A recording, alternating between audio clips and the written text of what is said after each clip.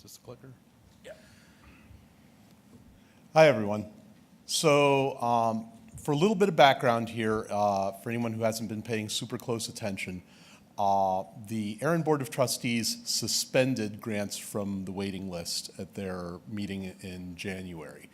This is a really unusual action. The board is not given to undertaking emergency actions lightly. In fact, I can only remember them doing it twice before. The point of concern here is that there was action unevenly distributed through the different ranges of blocks, where larger blocks seemed to get mysteriously sold on as soon as they were eligible to be transferred at a much greater rate than the smaller blocks. At its annual face-to-face, the ARIN AC was advised of this suspension, and the minutes weren't out yet, but we immediately set to curating a list of potential things that we could do about this through the policy process. Nothing was considered off the table or too out there. It was basically a brainstorming effort, and then we distilled it from there.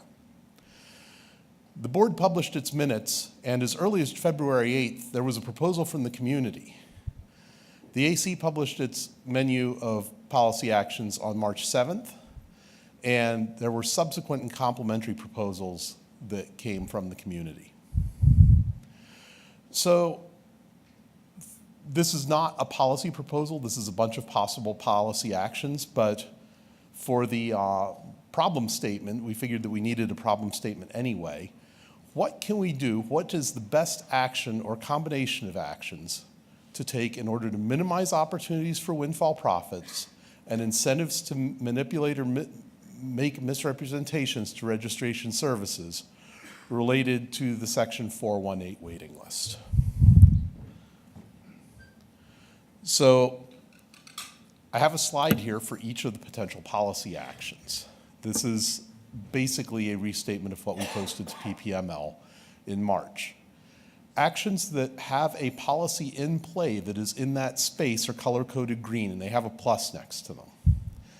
Actions that the AC considered suboptimal are blue with a minus after it, but one of them got changed based on feedback on PPML and is now green. Actions that have not gotten support as far as a policy proposal and have not gotten the hairy eyeball are black and white. So are we ready? Let's go through the list. Overarching concern here, if we change the criteria or how much you can get or other attributes of it, what happens to the organizations that have already justified space through Section 4 and are now on a waiting list? And there's a bunch of things that we could do with that, and there's no firm answer that's made itself clear yet. There probably will be once we figure out which policy proposals get traction. Here's one of the possible policy actions we could take. 418 space would go to the replenishment pool for critical infrastructure or transition space. There were comments to the effect that this was a good way to serve new entrants and that it would create a larger pool of small blocks for this. Unfortunately, it does send the wrong message about the future of IPv4. Another possibility, since we're trying to get rid of windfall profits, one of the things that we could do is take away some of the money on the input side, meaning the ARIN would charge a fee involved with these blocks at issuance time, and after that it would be under a standard RSA. We considered that possibly more fair than just putting the space on the market, but there were multiple folks on the AC and privately who said to me, you know, if this policy proposal change that we do favors anyone or creates an uneven playing field, it really ought to favor those who are otherwise unable to participate in the market in a meaningful way. And this would certainly pull the rug out from under organizations that had no money. Another possibility was to make 418 space non-transferable. Unfortunately, we considered this to be bad in terms of who is accuracy, because it would basically put something, it would potentially give rise to just backdoor transactions and not being reflected in who is. But it does reduce the incentive for fraudulent application with the notion of profiting on it. If you can't pass it on, certainly the value is reduced if one's just signing an LOA. Other folks have told me that, you're probably painting the devil on the wall here with this underground market, and it may not be as high as you think it is. A more gentle version of this is to create a longer hold down period after receiving 418 space. Currently, you have to hold on to it for a year before you're eligible to transfer it on.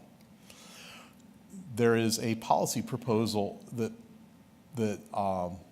proposes a hold down period of 24 months, which is 2019-6. So that is currently in play. Another possible policy action was only one 418 application per applicant. The big difficulty to this is that spinning up new corporate entities is something that I sometimes think that the business side of my organization does just for fun because they're bored. It's $150 to Delaware Registry and you're off to the races with a new set of corporate papers. So it is a higher impact on folks trying to game the system. It sends a good message about new entrants. Unfortunately, it may not actually have the effect that we would like it to. Another possibility that was floated is no 418 resources for any existing IPv4 number resource holder. It's a variant of no getting back in line. The waiting list is for new entrants. Another officer attestation at the time of being placed on the waiting list. This is not something that we can say via the public policy process, but we can certainly suggest that the board consider implementing and discuss with council. If this creates friction or a sticky surface for things that rise to the level of fraud, then that could potentially be a good thing outside of the public policy process. Another possibility, this one is in play, but this is the general action here. I have slides for the specific prefix lengths after this. Generally, everyone I've talked to and all the discussion on PPML suggested to me that this would be part of any comprehensive solution. Right now, we don't nail it down, and there are folks in line for up to a /16 on the waiting list. So what's the particular implementation? Well, hey, why don't we just make it a /24? After all, APNIC just made it a /23, right?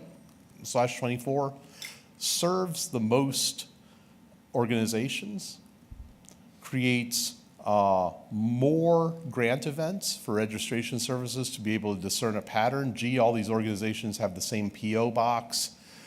Gee, is there something weird about that? RIPE is discussing doing this. Unfortunately, it also maximizes the number of organizations that get less space than they could otherwise justify. Well, how about make it a /22? There are no, or substantially no, questionable applications at this size under current policy. The fixed costs of doing the transfer are sufficiently high that they eat into the profit margin for selling /22s onward. This would serve a greater diversity of organizations than just a /24. Everybody brings up RIPE using /22s and the externalities that they've had there. I'd like to point out we're not talking about getting rid of need spaces. We're not saying anybody with a corporate entity who says, I want to be an LIR, you're going to be an LIR and get a /22. So I don't anticipate that to be a problem if we go to a /22. This is proposed in ARIN 2019-2. Well, how about a bigger chunk then? It's 21 or 20. There's still no or substantially no questionable applications under today's policies. That's 16 times the payout for selling it on, but it's a cut of a factor of 16 compared to a /16 if somebody was justifying the space with the idea of selling it on. The AC talked about this and said, you know, this only moves the goalposts, and cutting it down by a factor of 16 is not sufficient to keep a lid on gaming the system. So some things that the AC thought, you know, gee, bad idea, we're just not going to do this, or we're not going to suggest this, is no longer issue 418 space. In other words, continue the 418 suspension indefinitely.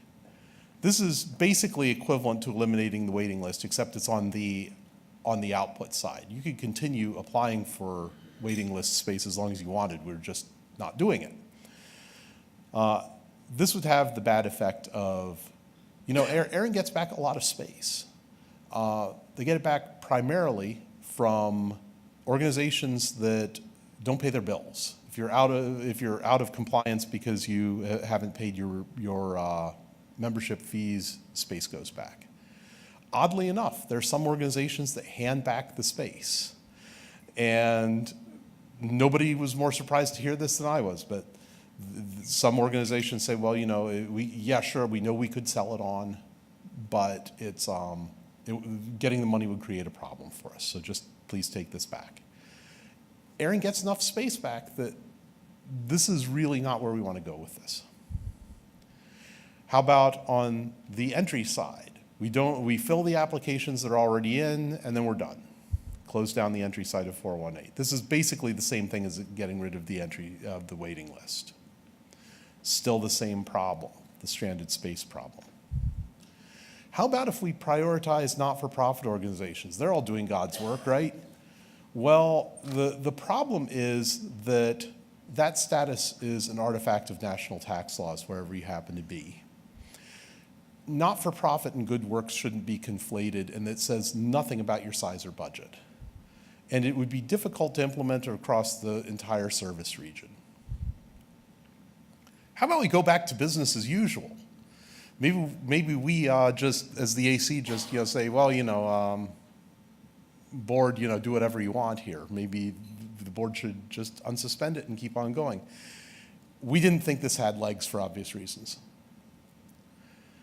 So distributing 418 space via the transfer market. This was a little bit of a surprise to me. AC members and folks outside the AC who've been in the community a long time that I talked to said, man, the optics on that are terrible. Everybody's going to think that ARIN has an incentive to yank back address space. The community will never support this.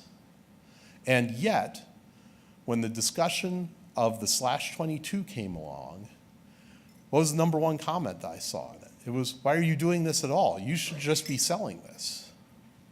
There's a transfer market. Sell the space that comes back. So distribution of reclaimed addresses in an orderly fashion via the transfer marketplace is proposed in 2019-7. Another possibility which we rejected because it was even less of a wobbler than the /21 was a /19 or a /20. This would just move the goalposts incrementally and probably not result in any kind of serious reduction in the number of questionable applications. So here's a summary of all the possible things that we've discussed. No doubt, some folks in here are looking at some of the black ones and saying, I think that sounds like a good one. AC members, hands up. AC members, look around you. If you don't know how to submit a policy proposal, we are around. We're all around you. We are at your service. We can help. So that's the end of the slide deck. So this is technically a policy block, but I would note that one of the complications we have is that while the AC has done great work and the board thanks you and the entire AC for doing this excellent summary. There have been other proposals that are on the agenda today that have been injected by members of the community.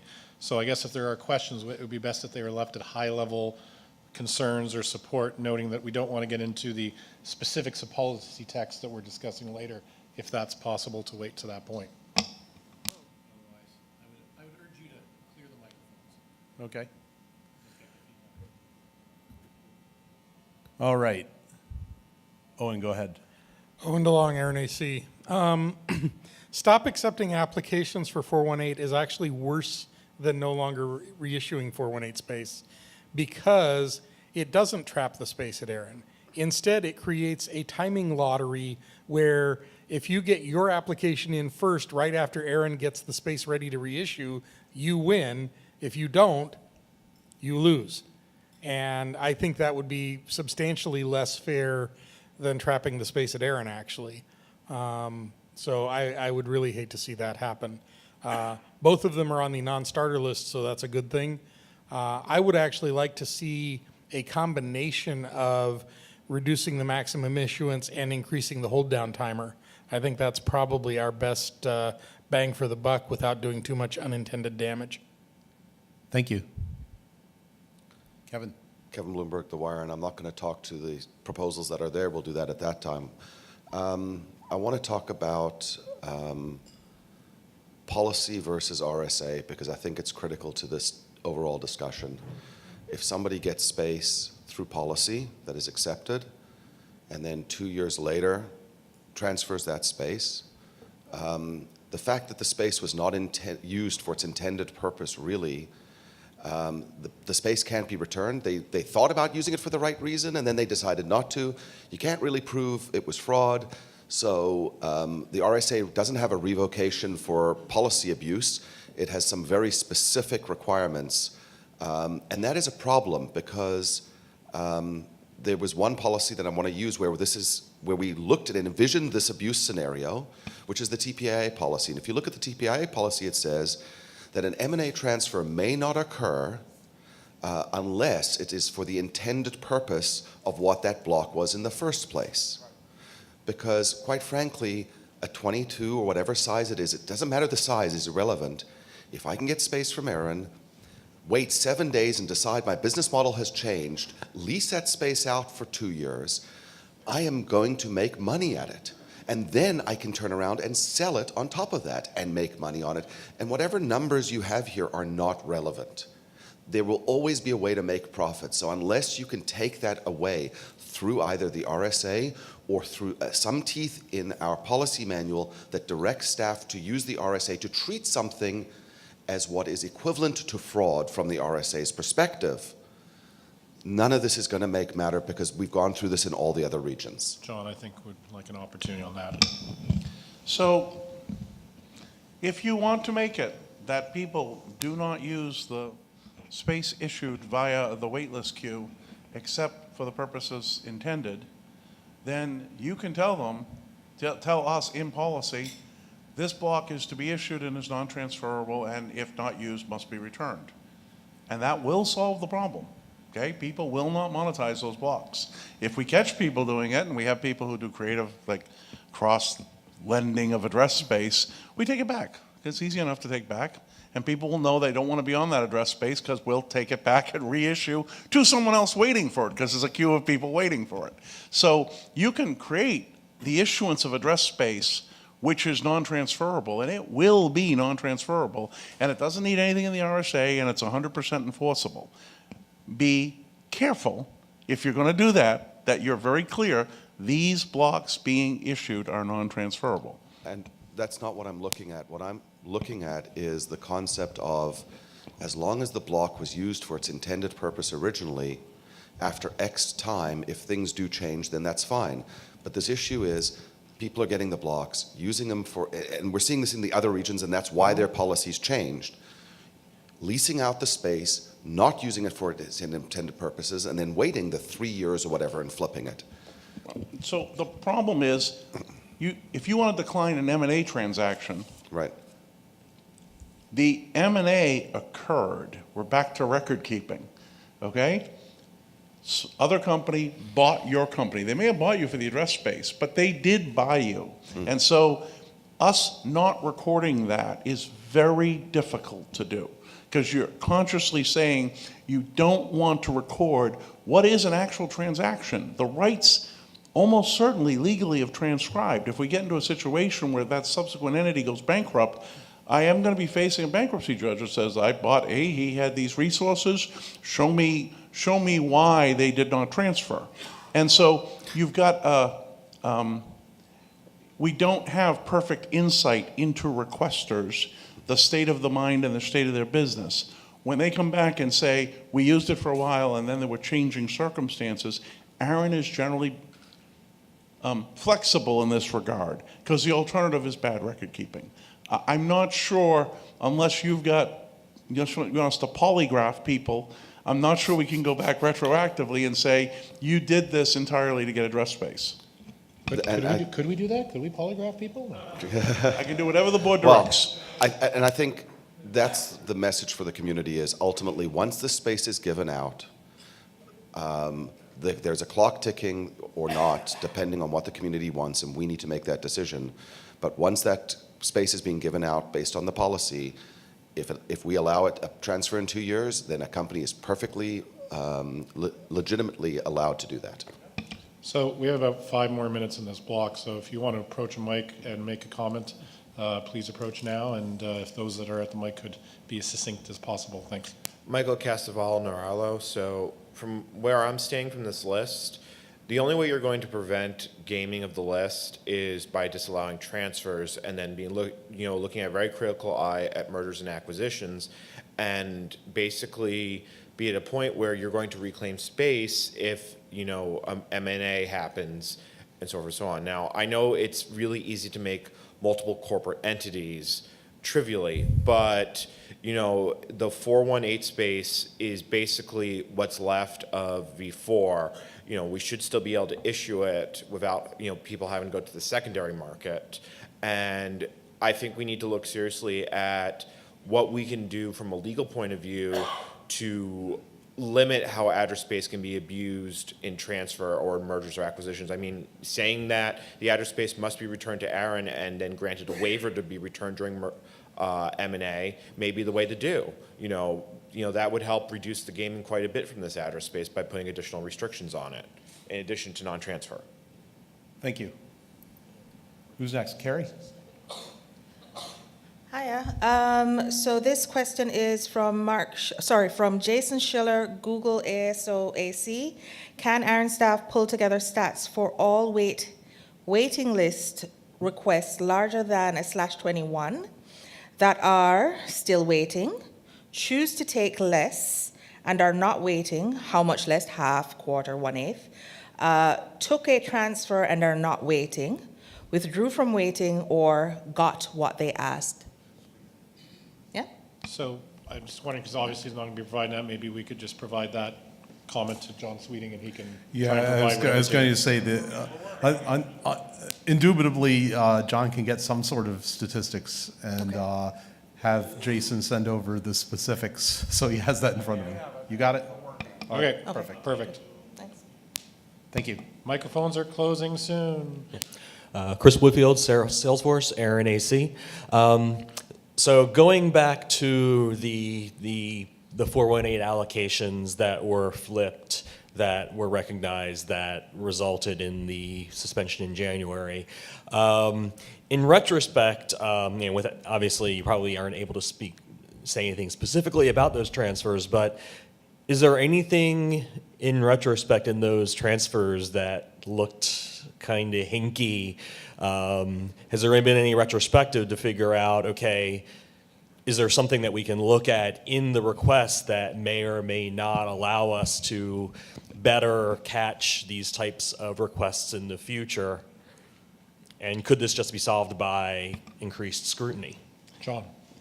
There was a number of tactics used that we cannot overcome. They involve fraudulent representations, well-crafted, and next to impossible for us to detect. And so in that regard, No, it's a problem, and it's a significant problem. There's costs involved in doing it. Those costs are relatively high, and so very large address blocks enable that type of fraud in a way that's very problematic. Akin to, someone coming into the meeting with plastic surgery who looks like me and moderating the mic. You might have a little problem overcoming that if someone wants to put a year's work in a preparation. We have some very advanced people who have decided to do some very aggressive schemes. And so, we're dealing with it. There are other lessons learned from other cases, and we do incorporate better scrutiny, but recognize that if there's a large financial incentive, people will do things that you would not consider reasonable to attempt to pull one over on ARIN. Thank you. Last call for microphones. The microphones will be closed after this comment, so approach the microphone immediately, please. All right, so this is from Brian Jones, Virginia Tech. I support 2019-6, at least in principle, for increasing the length of wait times. And I have another question from Jason Schiller, Google ASOAC. Can we get a sense of how? How? Yeah, I'm gonna ask him. So I'd ask Brian, obviously, if the- if he is possible, that he could make that comment during the 2019-6 block, and any chance you're getting more on? The answer to, can we get a sense of how? The answer is Right. clearly maybe. How long a wait time the community would tolerate. If it's different, if it only includes specified transfers. Could you read the whole thing again? Sorry? Right. So he said, can we get a sense of how? Then he followed up by saying how long a wait time the community would tolerate. Is it different if it only includes specified transfers?